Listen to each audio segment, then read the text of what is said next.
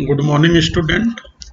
आज मैं आप लोगों के सामने अपना टॉपिक लेकर के उपस्थित हूँ और यह टॉपिक है सर्कुलर फ्लो ऑफ इनकम।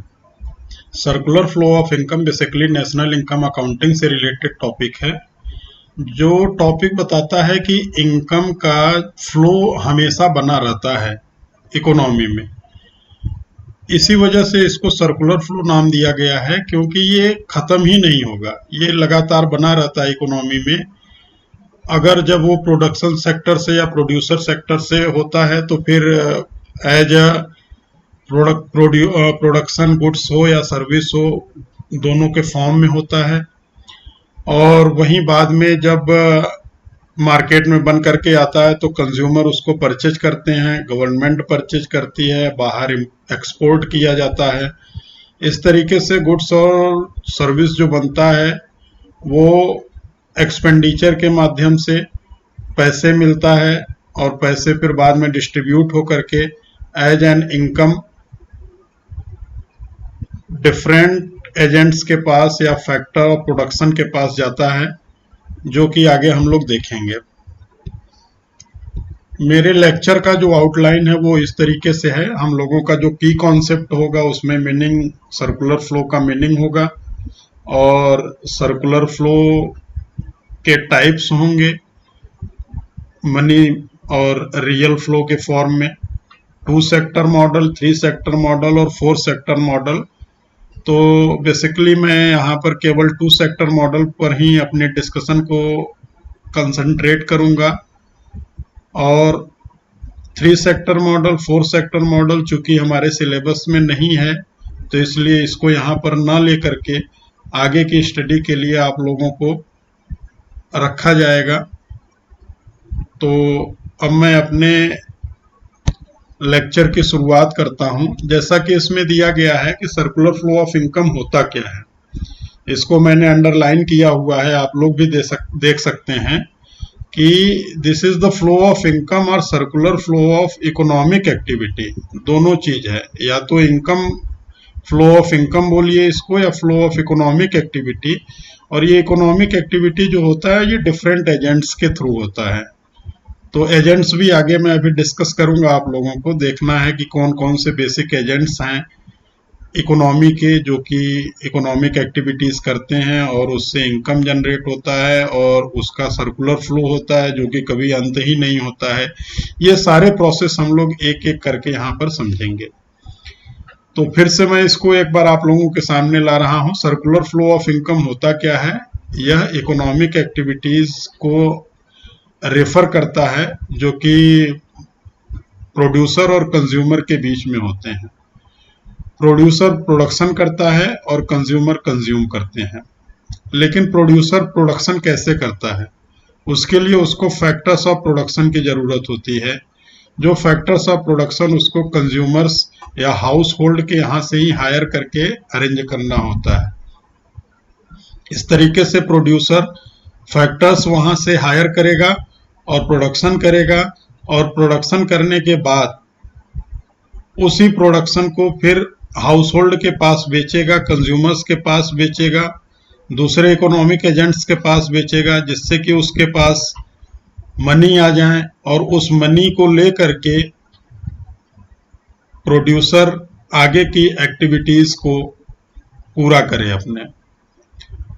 तो बेसिकली जो प्रोड्यूसर और कंज्यूमर होते हैं इनको मैंने आगे अंडरलाइन किया हुआ है, जो कि इस पीपीटी में दिया हुआ है कि इनको एज ए फर्म, प्रोड्यूसर को एज ए फर्म और कंज्यूमर को एज ए हाउस होल्ड बोला जाता है, जो कि आप लोग देख सकते हैं। In the circular flow model producer and consumer are referred to as firms and household respectively.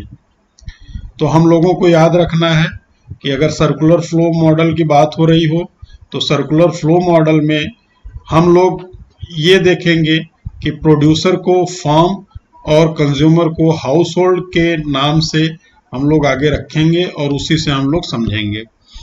अब बेसिकली कोई भी टॉपिक होता है तो उसका कुछ न कुछ सिग्निफिकेंस होता है, इम्पोर्टेंस होता है। बिना सिग्निफिकेंस या इम्पोर्टेंस के वो टॉपिक सिलेबस का पार्ट नहीं हो सकता। तो ये जो सिग्निफिकेंस है या इम्पोर्टेंस है, इसको हम लोग समझने का प्रयास करेंगे कि सर्कुलर फ्लो ऑफ इनकम का सिग्निफिकेंस क्या है, इम्पोर्टेंस क्या है, जरूरत क्या है इसकी, क्यों हम लोगों को इसको पढ़ना चाहिए नेशनल इनकम अकाउंटिंग में। तो basically measurement of national income की बात की जाए, एक इकोनॉमिस्ट रहे हैं, वो स्टैटिस्टिशियन भी थे और उनको नोबेल प्राइज भी मिला है, साइमन कुजनेट्स। उन्होंने सर्कुलर फ्लो ऑफ इनकम के जो तीन बेसिक फेजेज हैं, तीन बेसिक फेजेज में हम लोग रख सकते हैं प्रोडक्शन को, इनकम को और एक्सपेंडिचर को। तो साइमन कुजनेट्स ने बताया था कि ये तीन जो फेजेज हैं, ये तीनों फेजेज सर्कुलर फ्लो के मेन फेजेज होते हैं और इन्हीं के थ्रू नेशनल इनकम का मेजरमेंट किया जाता है। तो जैसा कि हम लोग देख सकते हैं, आप लोग भी इसको समझ सकते हैं, देख सकते हैं कि सर्कुलर फ्लो से जो भी गुड्स बनता है, जितने भी फाइनल गुड्स प्रोड्यूस हो रहे हैं पूरे अकाउंटिंग ईयर में, उन सभी को अगर ऐड कर लिया जाए, फाइनल गुड्स, फाइनल सर्विसेज जो भी प्रोड्यूस हो रहे हैं, सबको ऐड करके हम लोग नेशनल इनकम को फाइंड आउट कर सकते हैं। और इस तरीके से जो नेशनल इनकम फाइंड आउट किया जाता है, उसको बोला जाता है national income accounting by value added method. अब मान लीजिए गुड्स और सर्विस बना और प्रोड्यूसर्स के पास बेचने के बाद पैसे आ गए और प्रोड्यूसर्स ने उन पैसे को फैक्टर्स ऑफ प्रोडक्शन में, क्योंकि कोई भी प्रोडक्शन फैक्टर्स के बिना नहीं हो सकता, और फैक्टर्स ऑफ प्रोडक्शन में डिस्ट्रीब्यूट कर दें। अगर फैक्टर्स ऑफ प्रोडक्शन को हम लोग देखना चाहें तो बेसिकली 4 फैक्टर्स माने जाते हैं जो प्रोडक्शन के बेसिक फैक्टर्स। उनको आप लोग देख सकते हैं, लैंड, लेबर, कैपिटल और इंटरप्रेन्योर। लैंड, लेबर, कैपिटल और इंटरप्रेन्योर। तो जब इंटरप्रेन्योर ही बेसिकली प्रोडक्शन करता है और इंटरप्रेन्योर जब प्रोडक्शन करके उसको मार्केट में सेल कर ले, उसके पास जो पैसे आते हैं, अब उस पैसे को वो फैक्टर्स के बीच में डिस्ट्रीब्यूट करता है। तो जैसा कि मैंने आप लोगों को यहाँ पर बताया, मैं यहीं बगल में लिख भी देता हूं जिससे कि थोड़ा समझने में आसानी हो जाए इस चीज को। मैंने बात करी लैंड, लेबर, कैपिटल और इंटरप्रेन्योर की।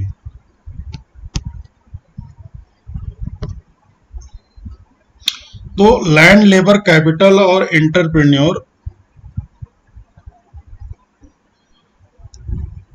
लैंड को एज ए इनकम जो जाता है उसको रेंट बोला जाएगा, लेबर को जो एज ए इनकम जाएगा उसको वेजेस बोलते हैं या सैलरी, जो भी आप लोग बोले। कैपिटल को जो दिया जाता है उसको इंटरेस्ट बोला जाता है और इंटरप्रेन्योर को जो जाएगा उसको प्रॉफिट बोला जाता है। तो ये 4 जो पार्ट बटेंगे, उसके बाद अब जो गुड्स और सर्विस बना था ये 4 पार्ट में डिवाइड हो गया, तो दूसरा मेथड आ जाता है नेशनल इनकम को मेजर करने का। वो नाम दिया जाता है उसका इनकम मेथड, जिसका कि अभी हम लोग आगे अपने दूसरे यूनिट में जब मैं लेकर के आऊंगा तो डिस्कस करूंगा, वैल्यू एडेड मेथड को भी, इनकम मेथड को भी। अब बात आती है कि जब इनके पास पैसे आ गए तो ये लोग मार्केट में उसको खर्च करते हैं। खर्च करने के लिए क्यों खर्च करेंगे? क्योंकि उनको गुड्स और सर्विस कंज्यूम करना होता है, चाहे वो लेबर हो, बेसिकली लेबर क्लास ही होता है। लेबर क्लास ही कैपिटल से भी अर्न करता है और लेबर क्लास लैंड से भी अर्न करता है पैसा, और उस पैसे को अर्न करने के बाद खर्च करता है। और खर्च किन चीजों पर किया जाता है? Basically final produced goods and services. तो कंज्यूमर भी खर्च करता है और प्रोड्यूसर भी खर्च करता है, गवर्नमेंट भी खर्च करता है और एक्सटर्नल सेक्टर से भी। तो जब सारे खर्चे को हम लोग मिला देते हैं और उससे नेशनल इनकम अकाउंटिंग करते हैं तो उसको बोला जाता है national income accounting bye expenditure method. तो तीनों फेजेज यहाँ पर आप लोग देख सकते हैं आ गए। इनकम मेथड भी आ गया, वैल्यू एडेड मेथड भी आ गया, एक्सपेंडिचर मेथड आ गया, जिसको कि हम लोग आगे डिस्कस करेंगे। अब ये है दूसरा, knowledge of interdependence. Interdependence basically किन चीजों का है? जो चारों एजेंट हैं या चारों जो सेक्टर्स हैं, 4 चारों सेक्टर्स कौन कौन से हैं यहाँ पर? 4 sectors of an economy, house hold sector, producer sector, government sector और एक्सटर्नल सेक्टर। ये एक दूसरे से इंटरडिपेंडेंट होते हैं। जैसे मान लीजिए हाउस होल्ड सेक्टर, कोई भी चीज खरीदना होगा उसको कंज्यूम करने के लिए, गुड्स हो सर्विस हो, तो वो प्रोड्यूसर सेक्टर के पास जाएगा। प्रोड्यूसर सेक्टर जो भी चीज प्रोडक्शन करना चाहेगा उसको फैक्टर्स ऑफ प्रोडक्शन चाहिए होगा, और फैक्टर्स ऑफ प्रोडक्शन के लिए वो फिर से वापस आकर के हाउस होल्ड सेक्टर को कांटेक्ट करेगा और वहां से हायर करेगा। तो इस तरीके से हम देख लिए कि दोनों एक दूसरे से इंटरडिपेंडेंट हैं। ऐसे गवर्नमेंट को अगर आप लोग इंट्रोड्यूस करिए तो government basically house hold sector से उसको फैक्टर्स मिल जाएंगे। फैक्टर्स ऑफ प्रोडक्शन बेसिकली हम लोग ना भी कहें तो भी लेबल्स मिलेंगे जिसको कि वो डिफरेंट सेक्टर्स में गवर्नमेंट यूज करती है। प्रोड्यूसर सेक्टर से उसको गुड्स एंड सर्विसेज मिल सकते हैं, और बेसिकली उसके अलावा टैक्स कलेक्ट करती है गवर्नमेंट, जिससे जो कि टैक्स नॉन टैक्स रिसिप्ट जो होते हैं जो गवर्नमेंट कलेक्ट करती है, जो कि उसके आय का बहुत बड़ा स्रोत होता है, और उस आय के स्रोत को ही वो यूज करती है। और हम लोग ये तो देख लिए कि गवर्नमेंट के लिए ये दोनों, ऐसे ही गवर्नमेंट भी इन दोनों के लिए जरूरी होता है। वो लॉ एंड ऑर्डर प्रोवाइड कराता है, रूल रेगुलेशंस प्रोवाइड कराता है। अब हम लोग तीसरे पर आएंगे। Unending nature of economic activities जो होती है उसका नेचर अनएंडिंग होता है, वो कभी खत्म नहीं होने को होता है, इसीलिए इसका नाम सर्कुलर फ्लो रखा गया है, जिससे कि अगर जब एक बार ये चल देता है तो फिर ये प्रक्रिया लगातार चलती ही रहती है। अब डिटर्मिनेंट्स बेसिकली यहाँ दिया गया, डिटर्मिनेंट्स न कह करके हम लोग अगर इसको एजेंट कहें, सेक्टर्स कहें, these are the basic sectors of an economy. First is household sector, this is household sector, this is firm, this is financial institution, government and foreign sector. These are the basic 4 sectors, and financial institutions is also considered now. इन दिनों में इसको भी nowadays these financial institutions are also treated as a sector, but it is not taken as a fundamental or basic sector of an economy. That's why we will discuss only about these 4: household, firm, government and foreign sector. Financial institution, इन सब के बीच में fund को एक तरफ से दूसरे तरफ transfer करने के लिए, जिससे कि फंड का यूज हो सके, उसके लिए फाइनेंशियल इंस्टीट्यूशन यूज में आता है। अब हम लोग समझेंगे कि 2 सेक्टर मॉडल होता क्या है। बेसिकली 2 सेक्टर मॉडल की अगर हम लोग बात कर रहे होते हैं तो इसमें 2 ही सेक्टर हम लोग रखेंगे। कौन कौन से 2 सेक्टर? हाउस होल्ड सेक्टर और फर्म। हाउस होल्ड को और फर्म को हम लोग यही 2 लेकर के चलेंगे। 2 सेक्टर मॉडल, 2 सेक्टर मॉडल के लिए आप लोग देख सकते हैं कि वो इकोनॉमी जहां पर कि मनी एज अ फ्लो हो, चाहे गुड्स और सर्विस एज अ फ्लो हो, डिफरेंट इकोनॉमिक एजेंट्स के बीच में जब मनी और गुड्स और सर्विस एज अ फ्लो काम करना शुरू करता है तो उसको हम लोग कहते हैं सर्कुलर फ्लो। अब ये सर्कुलर फ्लो डिफरेंट एजेंट्स को न लेकर के अगर 2 एजेंट्स लिया जाए, जैसा कि मैंने बताया हाउस होल्ड और फर्म, इन दोनों को अगर लिया जाए तो इसी को बोला जाता है 2 सेक्टर मॉडल। 2 sector model.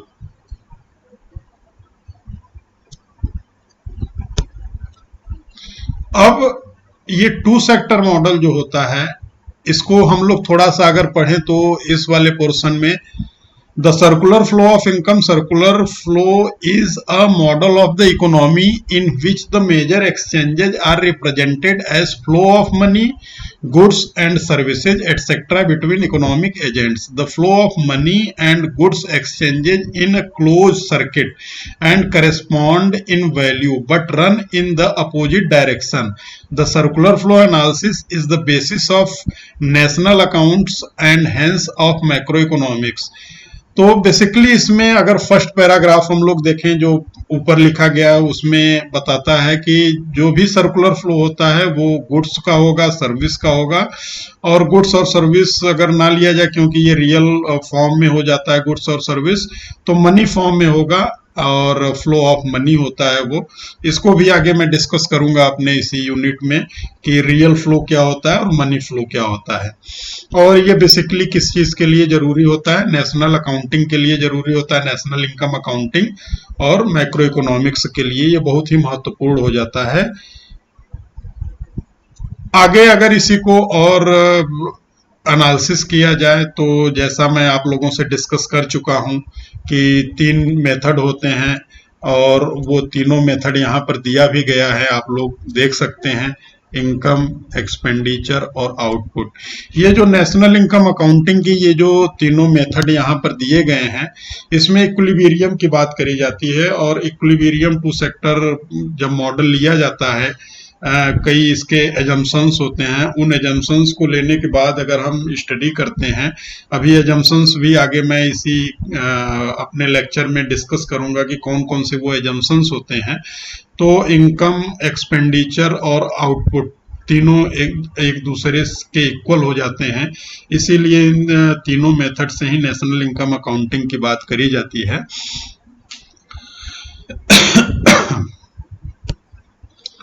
अब जो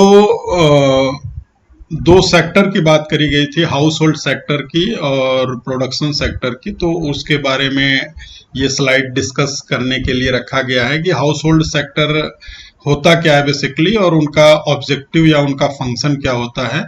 तो हाउस होल्ड सेक्टर बेसिकली जो कंज्यूमर से बना होता है और ये कंज्यूमर दो काम करते हैं जो कि दोनों फंक्शन इनके दिया हुआ है। एक तो ये डिफरेंट फैक्टर्स प्रोडक्शन सेक्टर को अपने डिफरेंट फैक्टर्स लैंड, लेबर और कैपिटल तीनों प्रोवाइड कराते हैं जिससे कि प्रोडक्शन एक्टिविटीज को आगे बढ़ाया जा सके।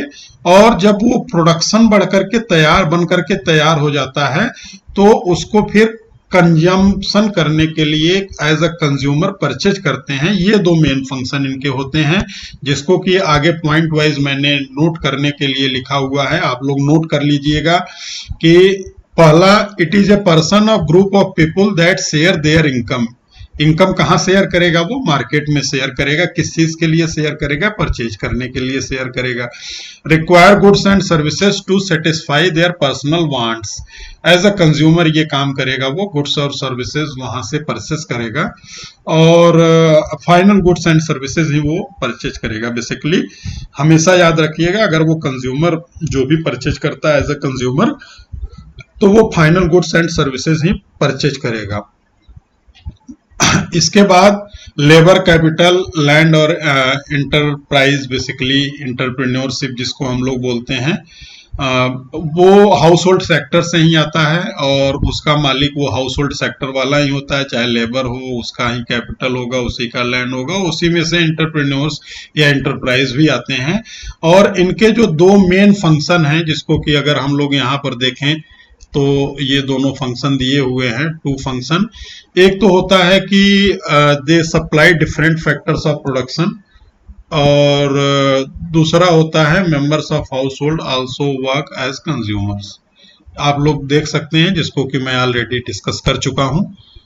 अब फर्म्स की बात आए तो ऑलरेडी मैंने अंडरलाइन किया हुआ है कि फर्म का बेसिकली काम क्या होता है कि प्रोडक्शन को वो ऑर्गेनाइज करता है, प्रोडक्शन करता है और प्रोडक्शन वो बेसिकली गुड्स और सर्विसेज जो आप लोग देख सकते हैं और उनको सेल करता है। सेल करने के बाद वो प्रॉफिट अर्न करता है, जैसा कि इसमें दिया गया main objective is to maximise profit in the production process. तो मैक्सिमाइज तो वो एक अलग बात हो गई, लेकिन बेसिकली क्या होता है, प्रॉफिट अर्न करने के लिए ही एक प्रोड्यूसर गुड्स और सर्विसेज को प्रोड्यूस करेगा और उनको मार्केट में सेल करेगा। तो उसके बेसिकली उसके भी दो फंक्शन होते हैं, एक तो प्रोडक्शन करना और दूसरा होता है कि हाउस होल्ड सेक्टर से जो डिफरेंट फैक्टर्स ऑफ प्रोडक्शन या रॉ मटेरियल्स जो भी होते हैं उनको कलेक्ट करके प्रोडक्शन एक्टिविटीज में उनका यूज करना। ये दो ऑब्जेक्टिव्स हैं, दो यूज हैं। तो जिसको कि आगे अभी दिया गया है एज अ पॉइंट वाइज, इसको मैं आप लोगों के सामने पढ़ ले रहा हूं। An organisation that produces goods and services for sale. अब सेल कहिए या प्रॉफिट मैक्सिमाइजेशन कहिए, क्योंकि मेन ऑब्जेक्टिव ही उसका प्रॉफिट मैक्सिमाइजेशन का होता है, जिसको कि नेक्स्ट पॉइंट में दिया गया है। इट मैक्सिमाइजेज प्रॉफिट, इसको मैं अंडरलाइन करते हुए चलता हूं। Goods and services for sale और maximise profit, use resources provided by household to produce goods and services. ये क्या काम करता है? प्रोडक्ट करता है किस चीज को? गुड्स एंड सर्विसेज को सेल करता है। इसके दो मेन फंक्शन होते हैं। कौन कौन से फंक्शन होते हैं? एक तो जो प्रोडक्शन गुड्स और सर्विसेज उनका सप्लाई करना, और फर्म परचेज इनपुट्स और रॉ मटेरियल्स, जो कि as a factors of production में, जैसा कि मैंने बताया था, फैक्टर्स ऑफ प्रोडक्शन वो हायर करता है और रॉ मटेरियल हायर करता है जिससे कि वो प्रोडक्शन कर सके, और प्रोडक्शन करके, तो ये बेसिक दो आपके एजेंट हो गए, economic agent, two sector model economy के।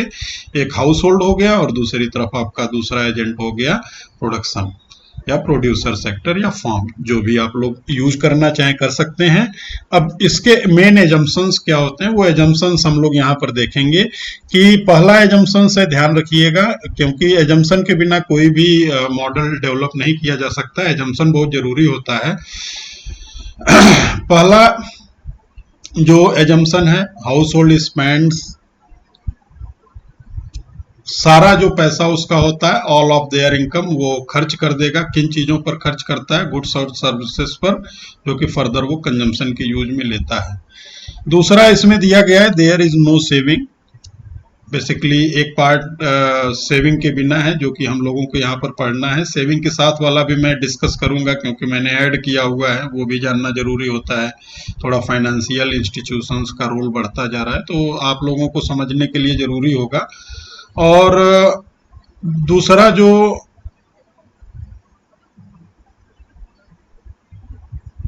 एजम्पशन है इसका, कि जो भी बनता है आउटपुट के फॉर्म में, वो सब परचेज कर लिया जाता है हाउस होल्ड सेक्टर के द्वारा या दूसरे सेक्टर्स के द्वारा।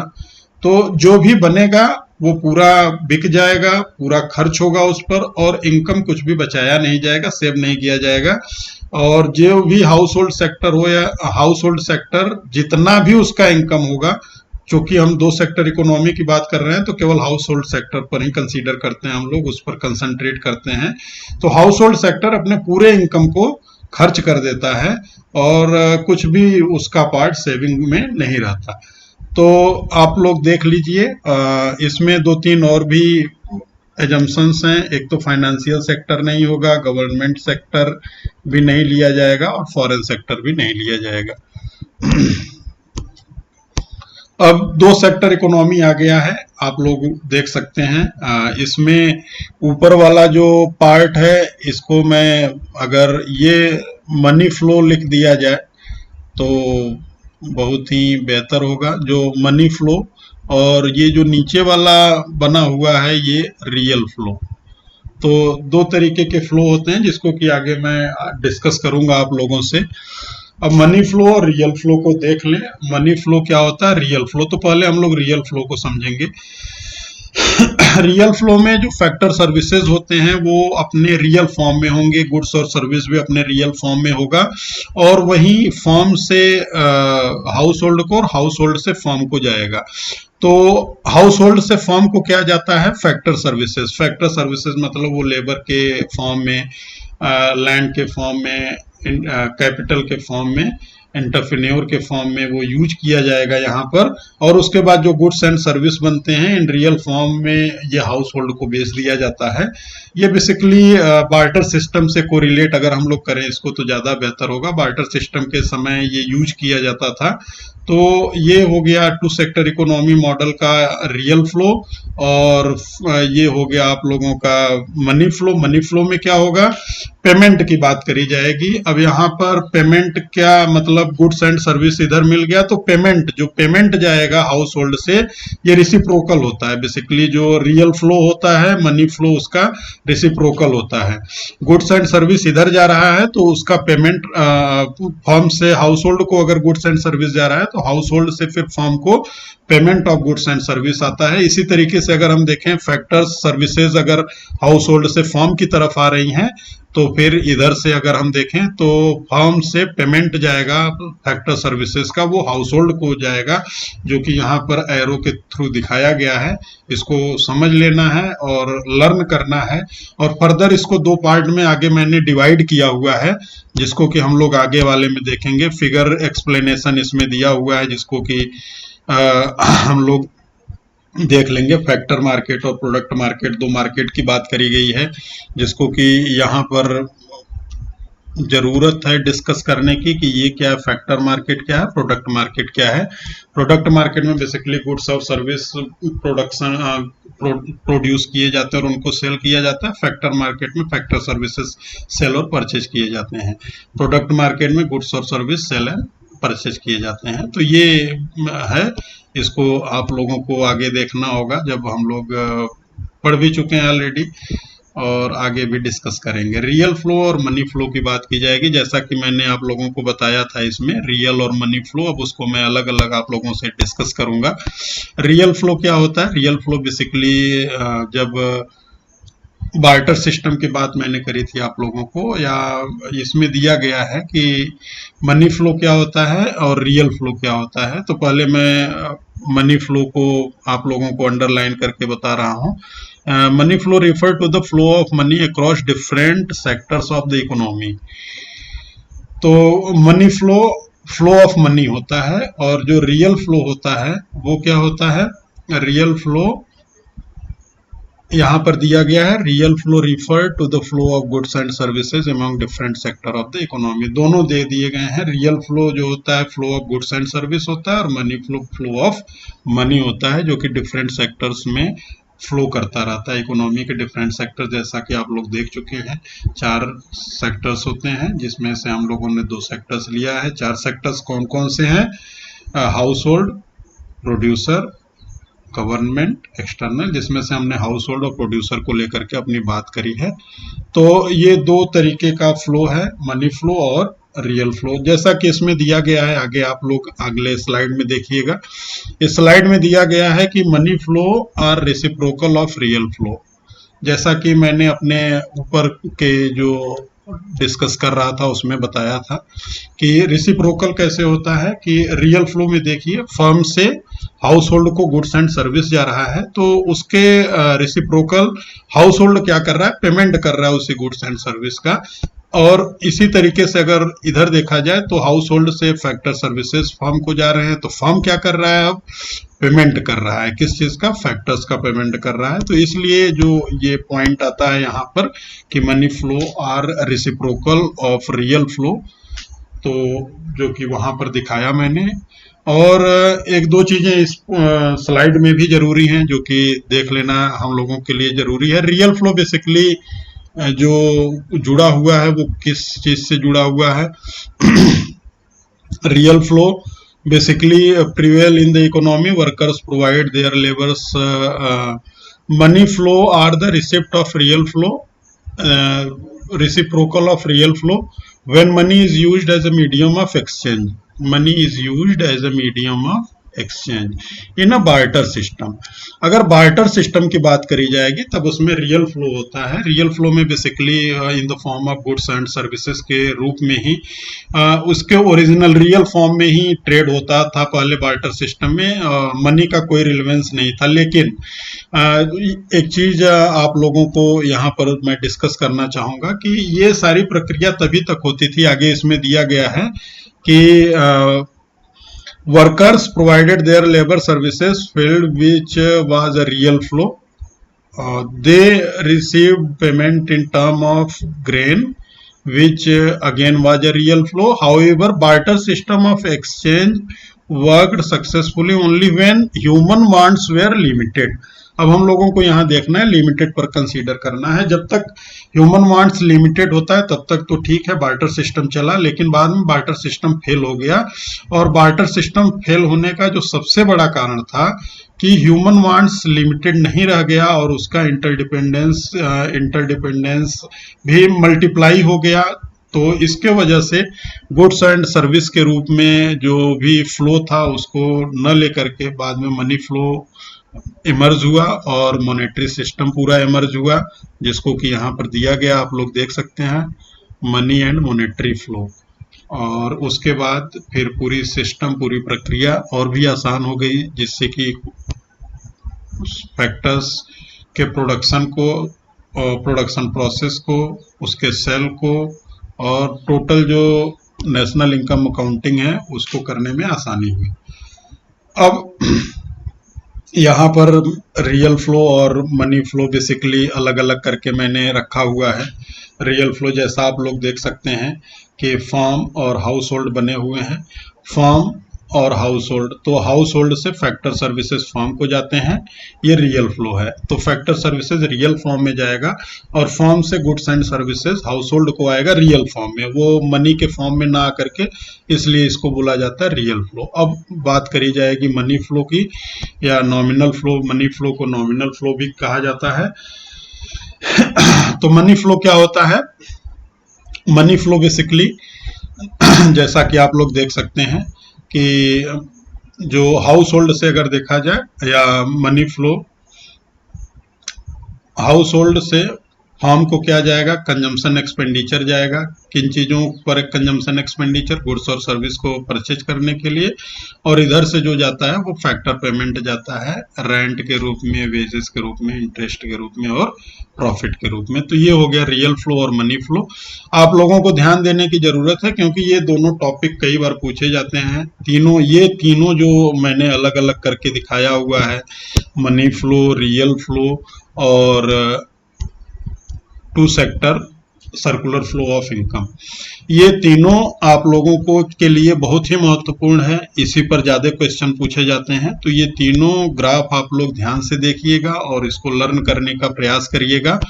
ये फिगर के बारे में है, जो कि एक्सप्लेनेशन है। और बाद में इसमें मैंने एक चीज़ ऐड किया हुआ है कि अगर सेविंग और इन्वेस्टमेंट को इसमें ऐड कर लिया जाए, मतलब फाइनेंशियल इंस्टीट्यूशंस को ऐड किया जाए।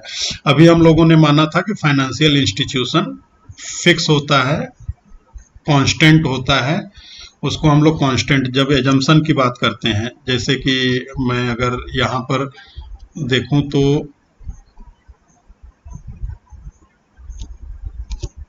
जब एजम्पशन की बात शुरू में ही हम लोगों ने देखा था कि बेसिक एजम्पशंस क्या होते हैं, तो उसमें फाइनेंशियल सेक्टर को भी निल माना गया था, कांस्टेंट मान लिया गया था। तो अब हम लोग अगर उसको भी लेकर के थोड़ा सा डिस्कशन को आगे बढ़ाएं, तो फाइनेंशियल सेक्टर का बेसिकली काम दो चीज़ों से होता है, सेविंग से और इन्वेस्टमेंट से। किन चीज़ों से होता है? सेविंग और इन्वेस्टमेंट से। इसमें बेसिकली सेविंग को एज ए लीकेज लिया जाता है और इन्वेस्टमेंट को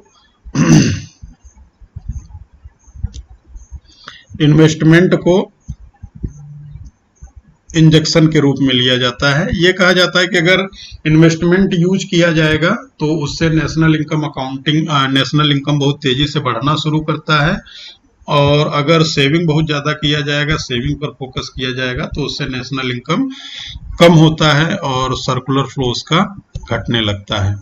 तो उसको लेते हुए एक पूरा मॉडल यहाँ पर डिस्कस किया गया है एक चित्र में। इसमें फिगर में हम लोग देख सकते हैं कि अब फॉर्म और हाउस होल्ड के साथ एक फाइनेंशियल सेक्टर भी आता है। बाकी चीज़ें real flow, money flow, farm house hold की एज इट इज रहती हैं। इसमें दो चीज ऐड किया गया है, एक एरो देख सकते हैं, फॉर्म से फाइनेंशियल सिस्टम और फाइनेंशियल सिस्टम से हाउस होल्ड। तो फर्म से सेविंग कहाँ जाएगा? फाइनेंशियल सिस्टम में। इसी तरीके से हाउस होल्ड से सेविंग भी फाइनेंशियल सिस्टम में आता है। फाइनेंशियल सिस्टम से हाउस होल्ड को लोन जाएगा और फाइनेंशियल सेक्टर से फर्म को भी लोन जाता है। तो ये 3 सेक्टर इकोनॉमी होते हैं। Thank you. आज के लेक्चर में मेरा जो आप लोगों से डिस्कशन का मेन पॉइंट रहा वो मैंने पूरा किया है। आगे आप लोगों को इसके दूसरे टॉपिक को लेकर के मैं फिर से आऊँगा। तब तक के लिए थैंक यू वेरी मच।